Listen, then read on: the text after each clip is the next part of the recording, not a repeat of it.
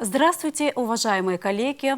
Пресс-центр продолжает свою работу. Сегодня у нас в гостях председатель таможенного комитета Отар Михайлович Хеция и зампредседателя Аляс Михайлович Лабахва. Здравствуйте. Добрый день.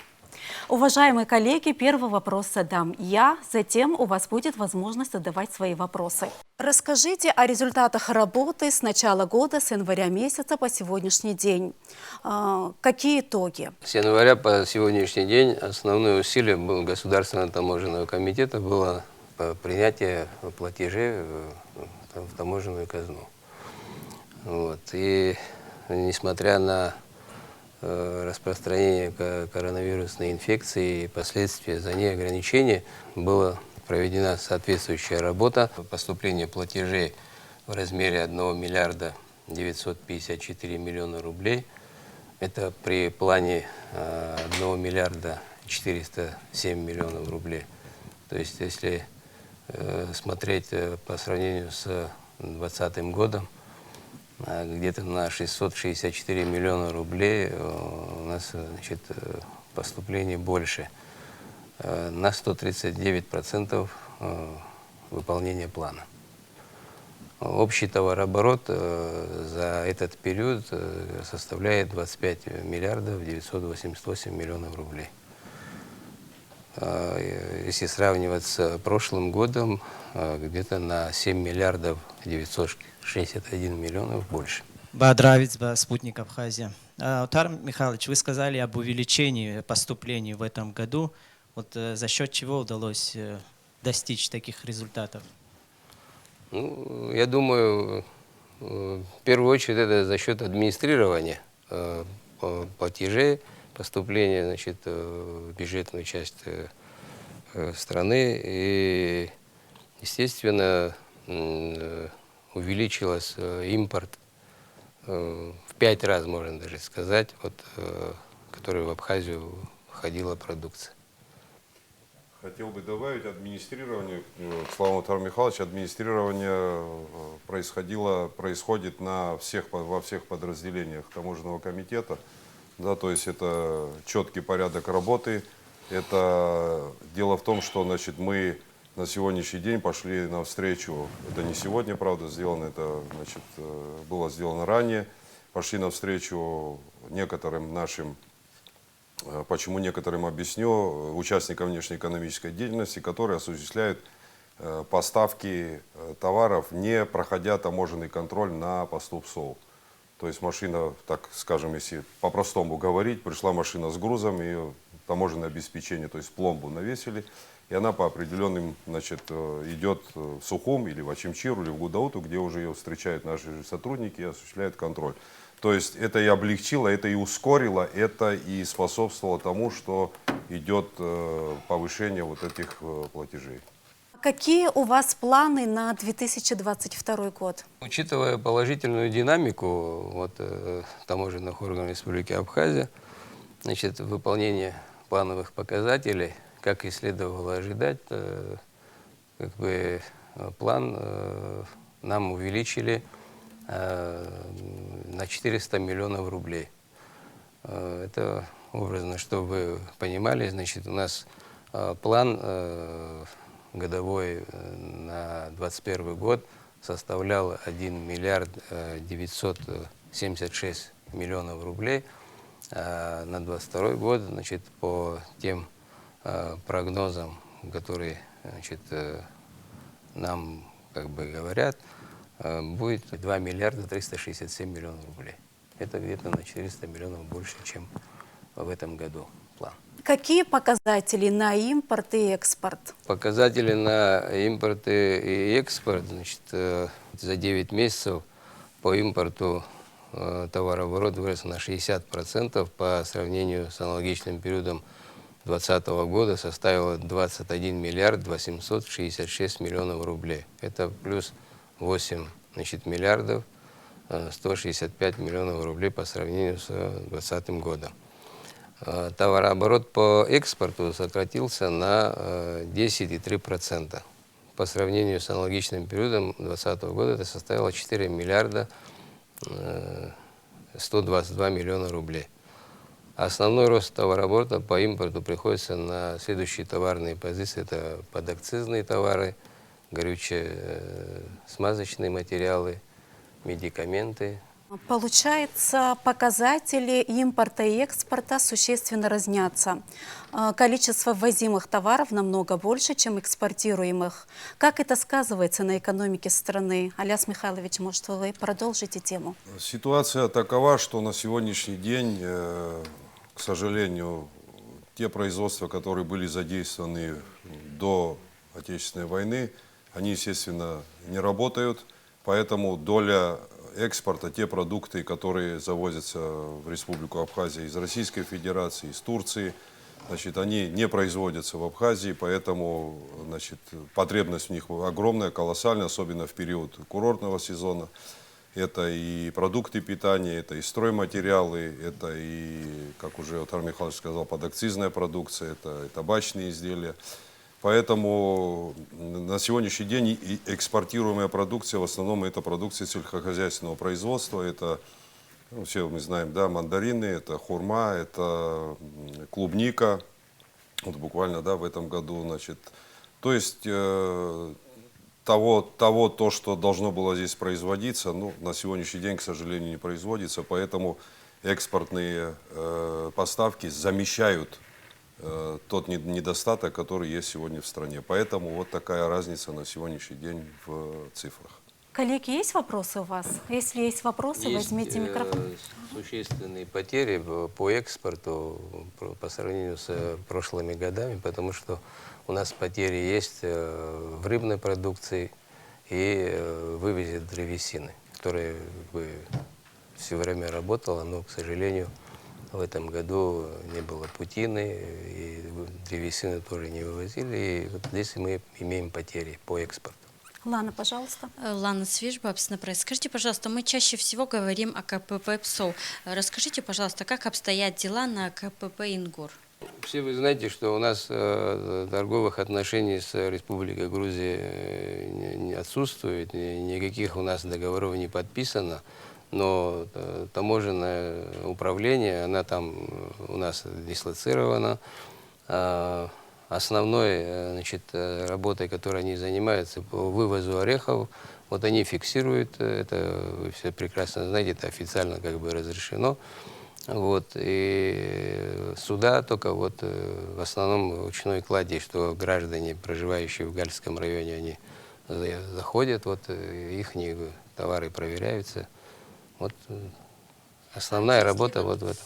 Ну и, естественно, да, кроме контрабанды, я еще скажу, значит, вы все знаете, что недавно осуществлялся ремонт Ингургеса, вот именно вот товары, стройматериалы, которые необходимы для строительства столь важного, значит, объекта, вот все в основном международные организации, которые занимаются ремонтом этого объекта, они все вот завозят оттуда. Плюс еще и гуманитарные грузы, которые попадают с территории Грузии сюда, в Абхазию. Но их тоже немного. Касаемо контрабанды, вы правильно подчеркнули, значит, там есть такая тенденция, но не в тех объемах, о которых там люди могут об этом говорить. Естественно, граница большая, не все ты углядишь. И что самое интересное, контрабандой только называется то, что ты прямо на пересечении ловишь. Вот. А естественно, там уже зона действия пограничных служб. Наши таможенники практически туда не могут попадать, потому что это там разграничено все. Вот. Ну и все равно попадаются товары, которые, значит, оттуда завозятся. Это и сигаретная продукция, и мебель, и, значит, сельхозпродукты. Вот. Есть даже такие моменты, которые, скажем, в больших объемах, скажем, да, попадает вот на наши рынки сыр, например. И все говорят, вот оттуда. Ну, а сыр как они переносят? Они там в ручной кладе, там, скажем, переносят там по одной, по две, там, для себя, скажем. Где-то складируют, а потом в общей массе кто-то покупает и везет на наши рынки, продает. Вот. Ну, с этим мы боремся. Вот по всем вот этим нарушениям, контрабандным отделам За этот период составлено 168 административных протоколов и одно уголовное дело по контрабанде. Ильяс Михайлович, вопрос к вам. Ну, сейчас сезон урожая. Какие показатели по вывозу продукции за пределы республики? Имеется в виду цитрусовый? Цитрусовые и другие. Значит, на сегодняшний день свыше 100 тонн вывезено уже мандарин за пределы Абхазии. Вот, на сегодняшний день мы, вот вчера буквально было у наших коллег, было совещание на КПП ПСОУ с представителями и с нашими коллегами с Южного таможенного управления, самого международного перехода Адлер, где были поставлены нами вопросы, которые требуют безотлагательного решения на сегодняшний день. В этой встрече принимали участие представители Минсельхоза, карантинной инспекции.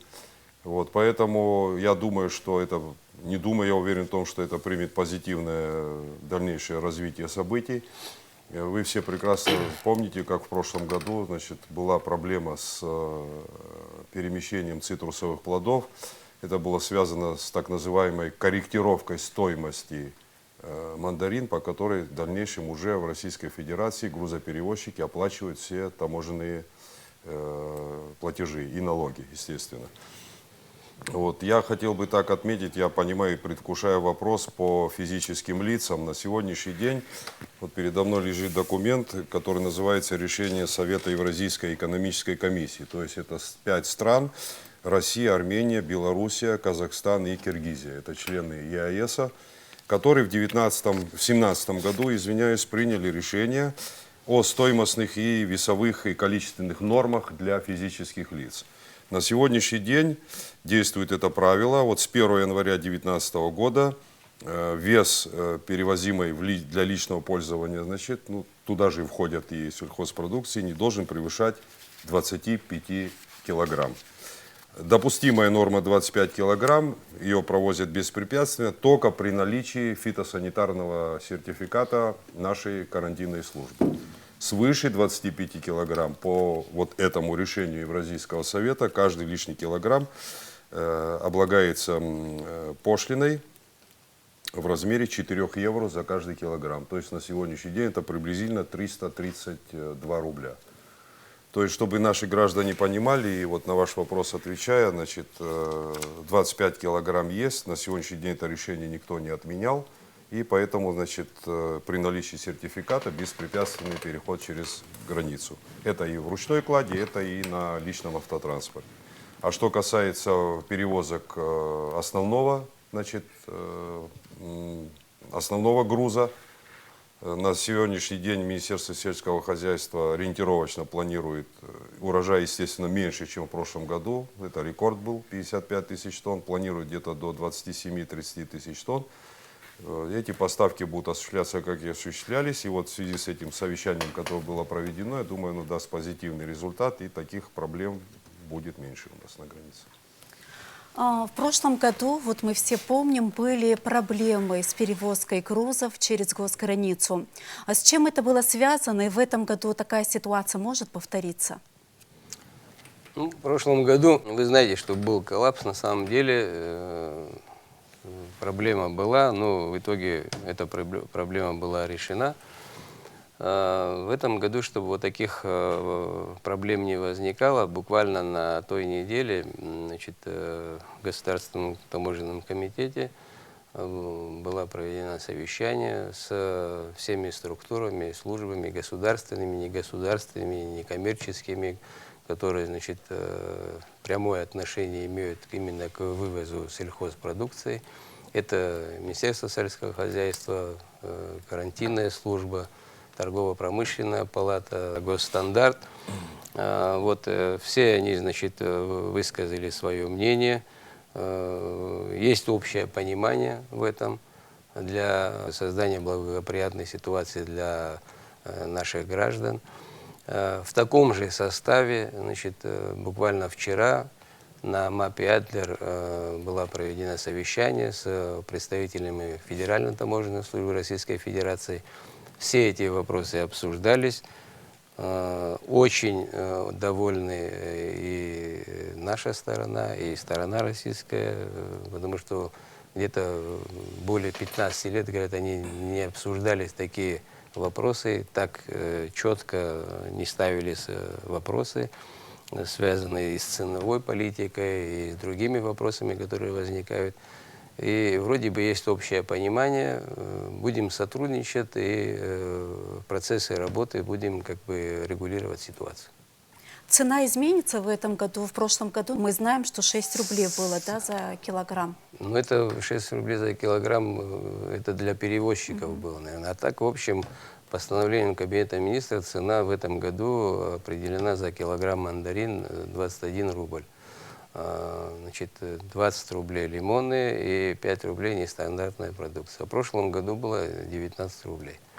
То есть вот разница вот в этом. Что касается оборудования для майнинга, какая работа проводится Государственным таможенным комитетом в этом плане? Какие показатели по Что у вас изъятому оборудованию? именно По- как понять вопрос?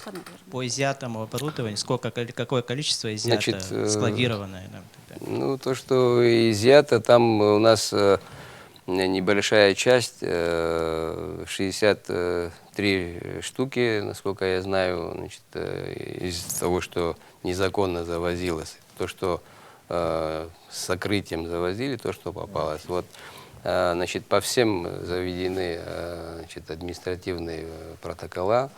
Вот, материалы находятся в дознании. Вот, к сожалению, до уголовного дела они не тянут, потому что у нас законодательство такое, что вот, если там не превышает какую-то сумму, она облагается только штрафом.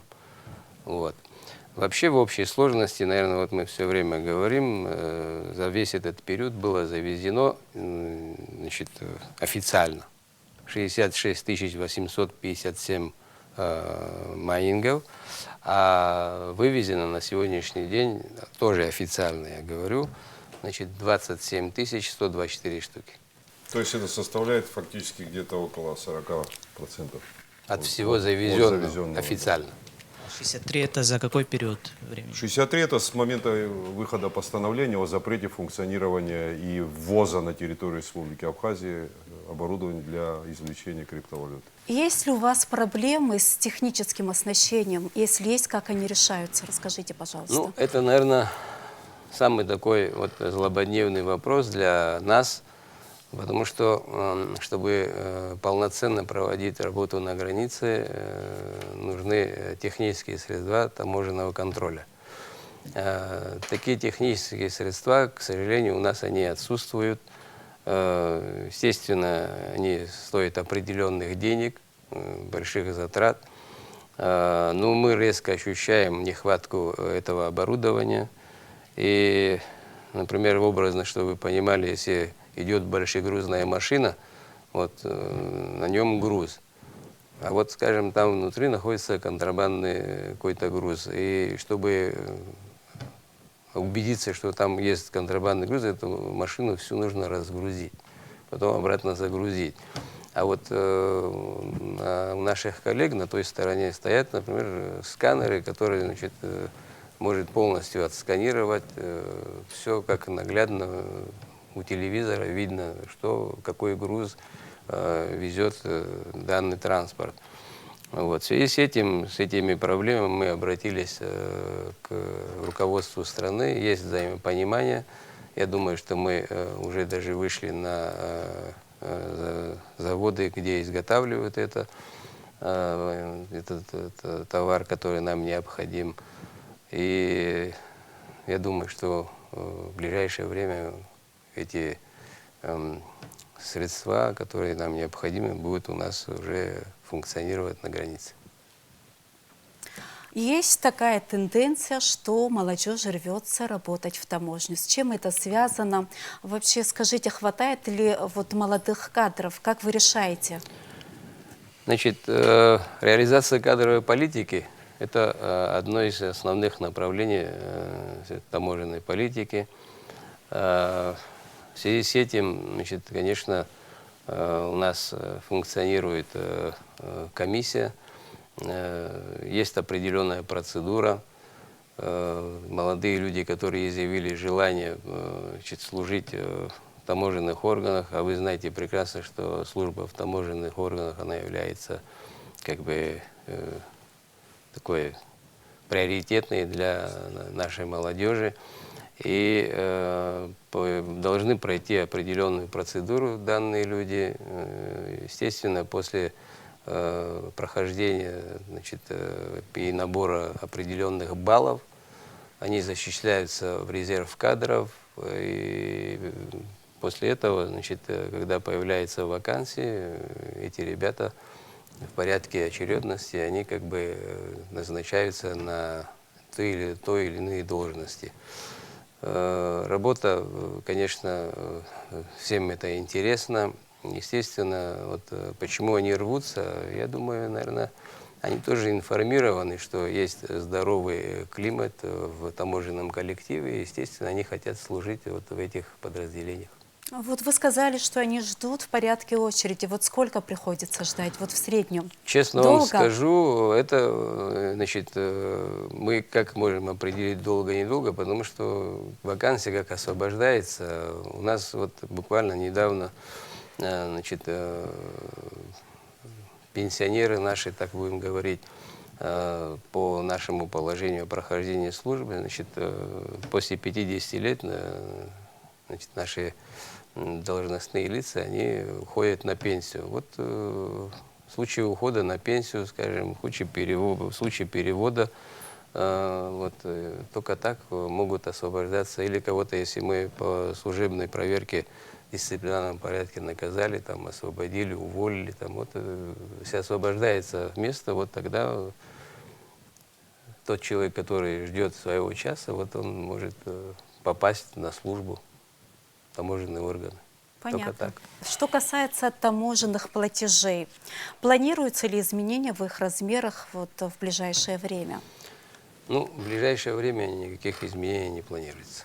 Нету такой предпосылки для того, чтобы сегодня, учитывая экономическое положение нашей страны, наших граждан, да, по крайней мере, мы не являемся инициаторами повышения таможенных платежей.